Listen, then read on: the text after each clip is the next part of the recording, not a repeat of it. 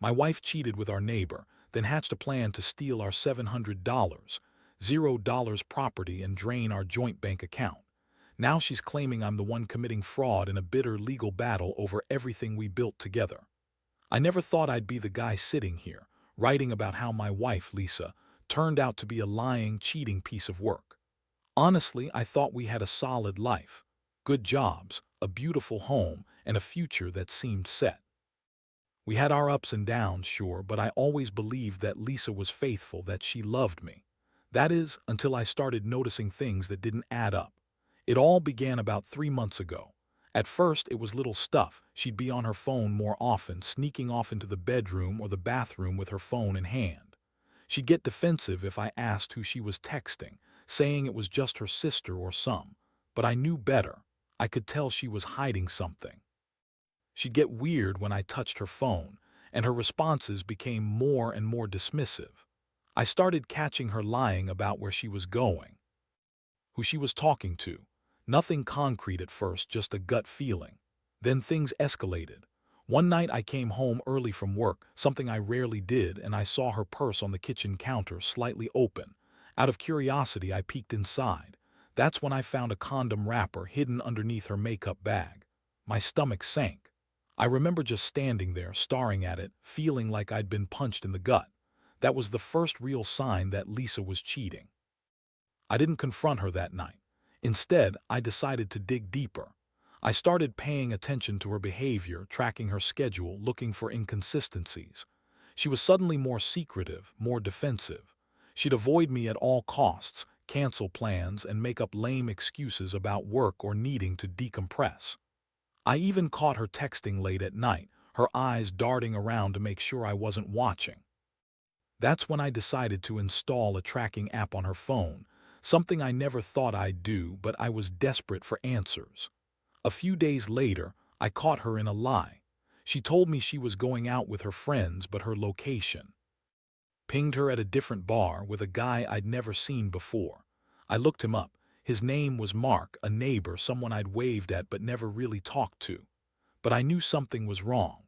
The way she was acting, the way she'd suddenly become so secretive about her phone, it all pointed to one thing: she was sleeping with Mark. I decided I needed to see her in action, so I followed her one evening. I parked a block away and watched her walk into Mark's house. It was the moment I realized my wife, the woman I loved and trusted, had been lying to me for months. She was having sex with our neighbor, right there in his house. The betrayal cut so deep I felt like I'd been punched in the chest. I stood there, stunned, feeling a mixture of anger, heartbreak, and disgust. How could she do this? How could she betray everything we built together? That night, I didn't sleep. I kept replaying everything in my head, her lies, her sneaking around, the moments I missed. I felt numb, like my world was collapsing. I had trusted her, believed in us, and now I was faced with the reality that she'd been planning this for a while. She was cheating on me, and worse, I started suspecting she had a bigger plan, something sinister. I found out she had been secretly draining money from our joint account, planning to take our $700, $0 property and run with it, along with our savings. It was like a punch to the gut all over again. She was not just cheating, she was scheming to steal everything we'd worked for. I felt a rage I'd never experienced before. How dare she do this? How dare she lie, cheat, and then try to steal from me? I had to do something. I couldn't let her get away with it. I started gathering evidence, screenshots of bank statements, her texts with Mark, her plans to transfer funds. I knew I had to act fast before she did something irreversible. This wasn't just about betrayal anymore. It was about protecting what was mine and stopping her from destroying everything we'd built. After I saw her walking into Mark's house that night, I knew I couldn't just sit there and do nothing. My head was spinning with rage, disbelief, and a kind of numb determination. I had to get ahead of her, figure out exactly what she was planning, and stop her before she took everything. I started digging deeper into our bank accounts, pulling up every transaction I could find. That's when I saw the transfers, small, sneaky amounts going out over the past few weeks, early mornings and late nights. She was siphoning money, planning her escape. I was sure of it. I also found out she'd been secretly talking to a lawyer, someone she'd contacted after I started snooping around. She was obviously cooking up some scheme, probably to claim I was committing fraud or misuse of funds. That's her usual tactic: lie, deny, spin a story that paints me as the bad guy. But I wasn't going to let her get away with it. I knew she was trying to set me up, trying to make me look like the bad guy so she could walk away with everything. I had to be smarter. I hired my own lawyer, a sharp guy named David, who knew the ins and outs of property law and financial crimes. I told him everything: her affair, her plan to steal the house, drain our bank accounts, and leave me with nothing. We started collecting evidence, building a case. Meanwhile, I kept an eye on her movements. She was more paranoid now, changing her schedule, deleting messages, trying to cover her tracks. But I was one step ahead. One day, she made a huge mistake. She left her phone on the kitchen table while she ran out to pick up some groceries. I saw an alert pop up, an email notification about a transfer of our property deed. She was trying to transfer our house, the $700, $0 property, into her name alone. That was the moment I knew she was serious about stealing everything. I grabbed her phone, took screenshots, and sent everything to my lawyer. I knew I had to act fast before she finalized anything. That same evening, I confronted her. I told her I knew everything about her affair, her plans to steal the house, drain the accounts, and leave me with nothing. I saw the moment her face twisted into a mask of anger and denial. She said I was crazy, that I was just paranoid, that she loved me. She called me a jealous fool, said I was accusing her of things I couldn't possibly prove. But I had the evidence and I wasn't backing down. Her reaction was classic. She started crying, claiming I was a terrible husband, that I was abusive and controlling. She said I was the one cheating, that I was the one hiding things from her. She spun a web of lies, trying to turn the tables, making me doubt myself. But I wasn't falling for it. I told her I knew about her affair, about her plan to steal our house, and I warned her that I was going to take legal action. That was the first time I saw her panic, real panic, and it made me feel a tiny bit better, like I was finally fighting back. The emotional toll hit me hard. I felt betrayed, humiliated, and furious. I trusted her for years, thought we had a future. And now I was learning she'd been sleeping with our neighbor, plotting to take everything from under my nose. It's a strange kind of heartbreak, seeing the woman you loved, the woman you thought was loyal, turn out to be a cold, calculating thief. I kept asking myself what I did wrong, how I missed the signs. But deep down, I knew she was always this way: bitchy, manipulative, and willing to lie her way out of anything. I kept my cool during the confrontation, but inside I was boiling. I told her I was going to fight her in court, that I'd do everything in my power to stop her from walking away with my property and savings. I made it clear I wasn't going to let her ruin us. I also warned her that I had enough evidence to expose her affair and her financial scheme. Her eyes flashed with anger, and she spat at me that I was the one being paranoid, that I was just jealous because she was better than me. That was her usual bullshit, trying to make me feel guilty, trying to guilt me into backing down. But I wasn't going to let her manipulate me anymore. In that moment, I realized how deep her deception went. It wasn't just about cheating. It was about greed, betrayal, and a complete lack of respect for what we'd built. I knew I had to prepare for the fight of my life. I'd heard about women like her, bitchy, conniving, willing to destroy everything just to get what they want, and I was determined not to let her win. I started planning my next move, knowing that this legal battle was just beginning, and that I'd have to be smarter, more ruthless, and more patient than she was. Because if there's one thing I learned, it's that people like her don't stop until they get what they want, no matter how much damage they leave behind. Over the next few days, I threw myself into gathering every piece of evidence I could find. I wasn't just fighting for the house or the money. I was fighting to keep my sanity, my dignity. I already knew Lisa was a bitchy manipulator, but seeing her lie so brazenly about her affair and her plans to steal everything made my stomach turn. Every time I thought about her sneaking around with Mark, I felt this mix of disgust and fury. How could she do this? How could she turn our life into some twisted game? I had to be careful. Lisa was cunning. She had a way of spinning stories so convincingly that anyone would believe her. She was good at lying, at gaslighting, and I knew she'd try to turn everyone, our friends, the lawyers, even the police, against me. That's why I kept a low profile, stayed calm, and kept my evidence tight. I didn't want her to catch wind of what I was doing until I had everything. One night, I decided to set a trap. I left my phone in the living room, knowing she'd try to sneak a peek or maybe try to plant something. Sure enough, the next morning, I found her trying to delete some messages on her phone. I grabbed her wrist gently but firmly, making her freeze. I told her I knew about her plans to transfer the property, about her affair, and her attempt to drain our accounts.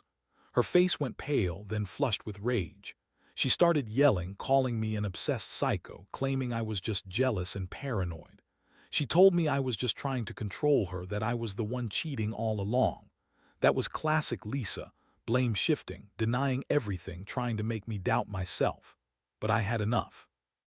I pulled out my phone, showed her the screenshots of the bank transfers, the email about the property deed transfer, and her messages with Mark.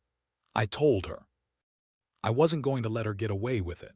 I warned her that I had already contacted my lawyer and that I was planning to file for divorce and seek full legal action. She looked at me with this bitchy smirk, then suddenly changed her tone. She started crying, claiming I was ruining her life, that she loved me and only did this because she was stressed.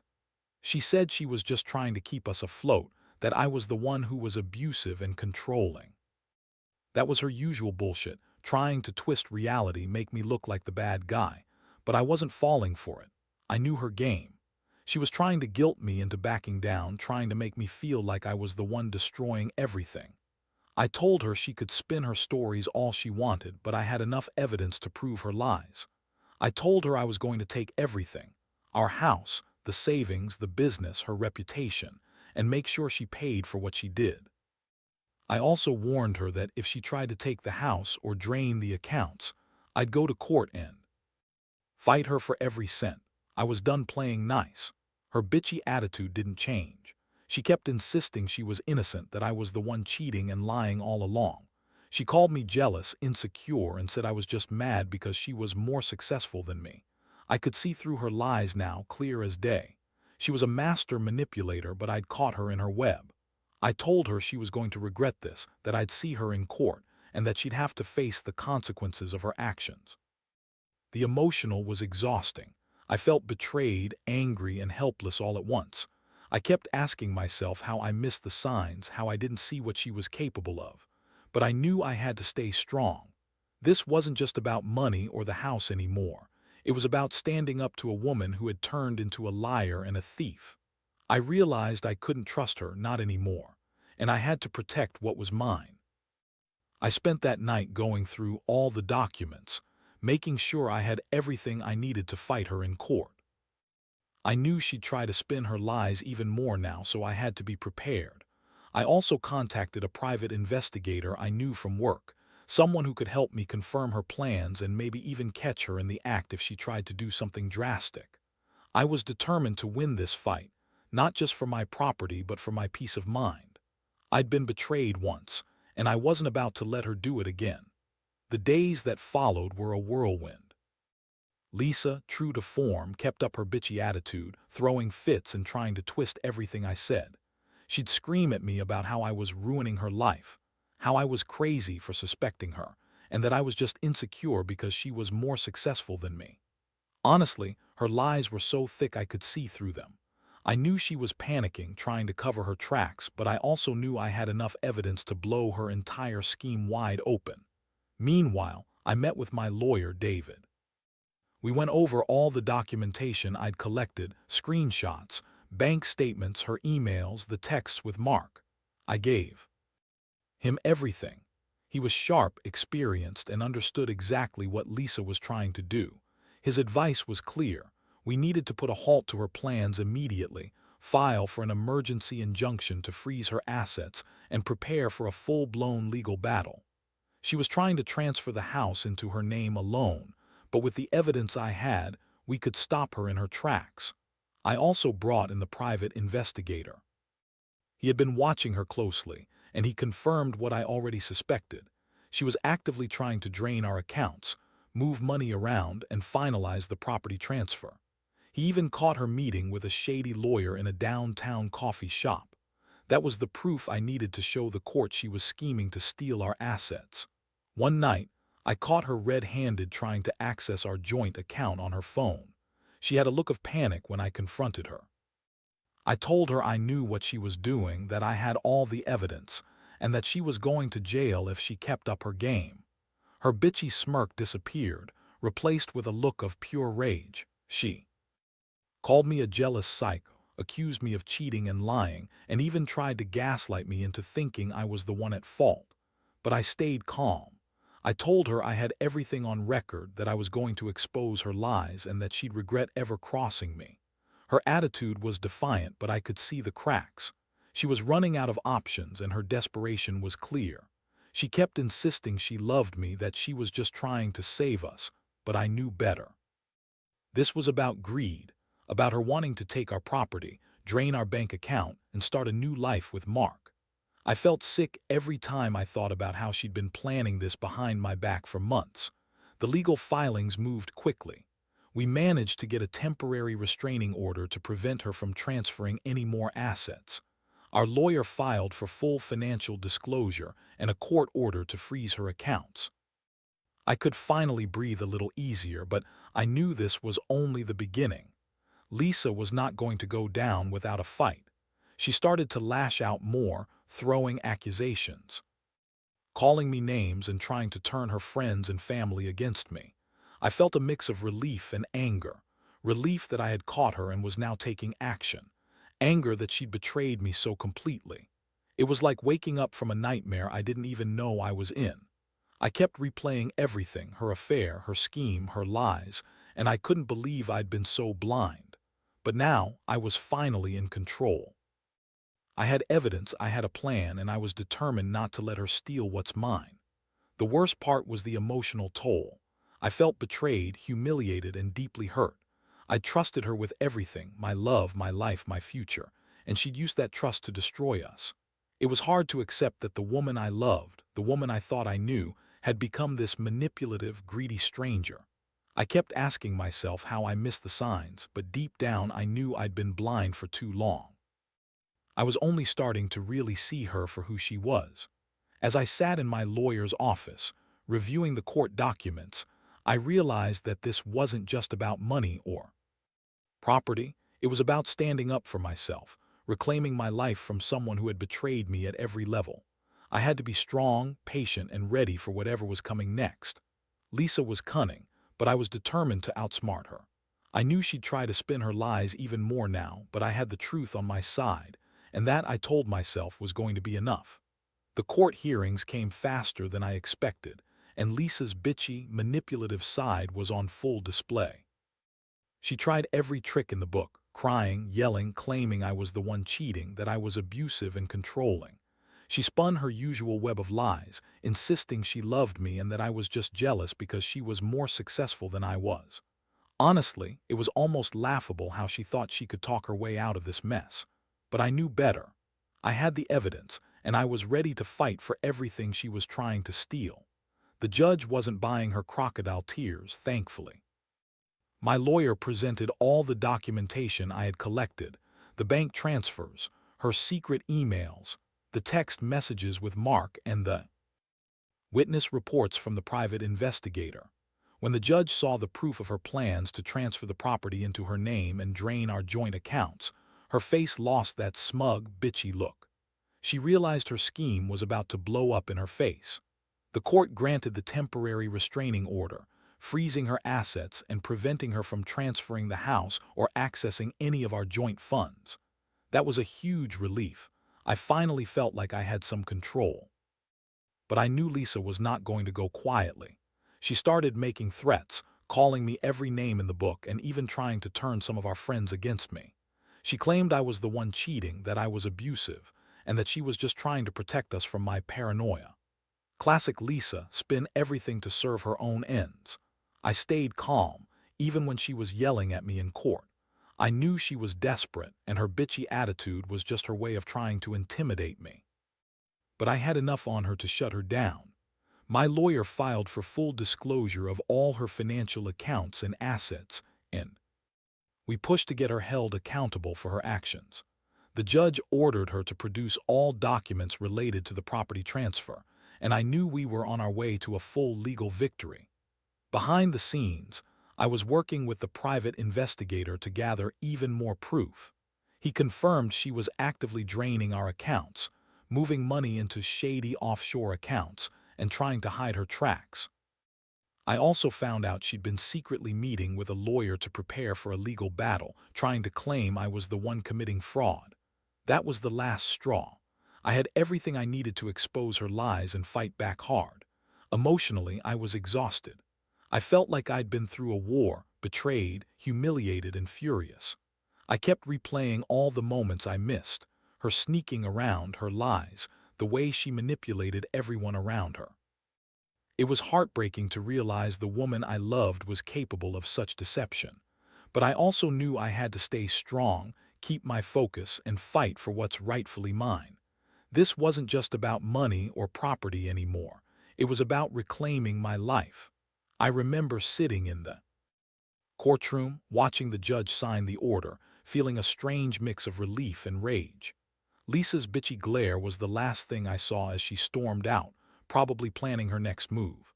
But I knew I had the upper hand now. I'd done everything in my power to protect myself and our assets.